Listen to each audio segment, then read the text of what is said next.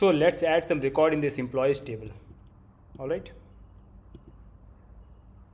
So it failed. So what is the error actually?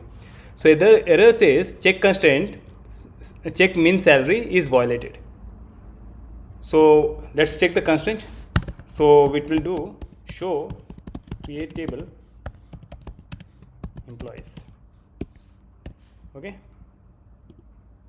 So we got it here. So we'll just copy this one and paste it here. So we are seeing here that we have a constant declared in this table, that is the salary should be greater than 25,000. Then only we can insert data, else we'll get this error. Okay. So let us change to 25,000.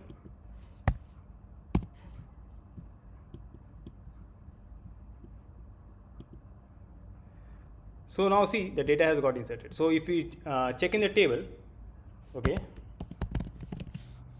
check it quickly from employees. So see the data is here. Okay. Now I want to show you one of the interesting thing here. Suppose if I remove this status here, okay. So what value will we get if I insert, if I run this insert statement? Okay. So let me change it to Cameron.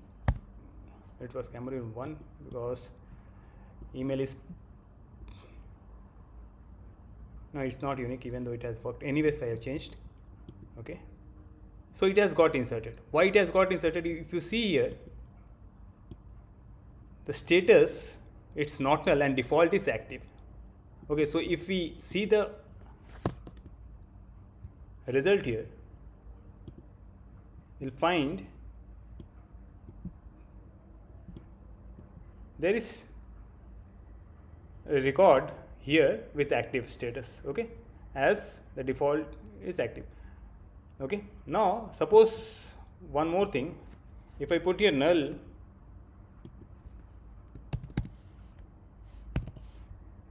and if I run it, run the insert, no, see again we got an error. Okay, that first name cannot be null. So my question to you, if I bring here status and put here null, will it work? As we have default in status even though it is not null. So it is one of the challenges that you can answer in the comment box, okay, or try it with yourself. So today we have learned check, default and not null. We have already seen that if it is not null, then we can't insert null values in that particular column. Okay, so these three things we have learned today. Okay, so there can be many interview questions on this, okay, especially on the checks. Okay, thank you very much for watching the video. Bye bye.